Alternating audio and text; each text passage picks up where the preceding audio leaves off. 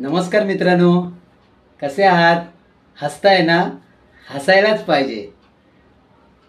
नागपंचमी निमित्त मी आज तुम्हाला माझी एक लहानपणीची आठवण शेअर करणार आहे.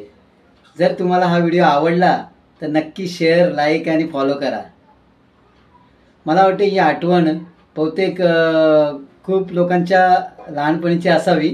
आता त्यावेळेची म्हणजे माझं वय असेल कमीत कमी 12 ते 13 वर्षाचा होतो मी. तर आठवण अशी आहे की आम्ही नागपंचमी आली की नागपंचमीच्या एक दिवस अगोदर आम्ही एक मातीचा नाग बनवायचो आणि एक 10-12 मित्र मिळून तो नाग घरोघरी घेऊन जायचो, जेणेकरून आम्हाला पैसे वगैरे मिळतील वगैरे असं. तेव्हा लहानपणी एक वेगळंच ते दिवस होते. आणि नंतर मग आम्ही तो नाग बनवायचो आणि घरोघरी घेऊन जाऊन मग आमचं एक गाणं ठरलेलं असायचं त्याच्या मागचं, की एक ते गाणं तुम्हाला मी ऐकवतो. म्हणजे कसं, गो गो गो गो घोसला, नाती बहिणी घोसला, दूध दे पैसे दे, नाग बाबा भला करे, असं ते आम्ही लोक मिळून मित्र असं ते गाणं म्हणायचो. आणि नंतर त्याच्यामुळे आम्हाला बऱ्यापैकी पैसे वगैरे मिळायचे, ते आम्ही वाटून घ्यायचो, एन्जॉय करायचो, मजा मस्ती करायचो.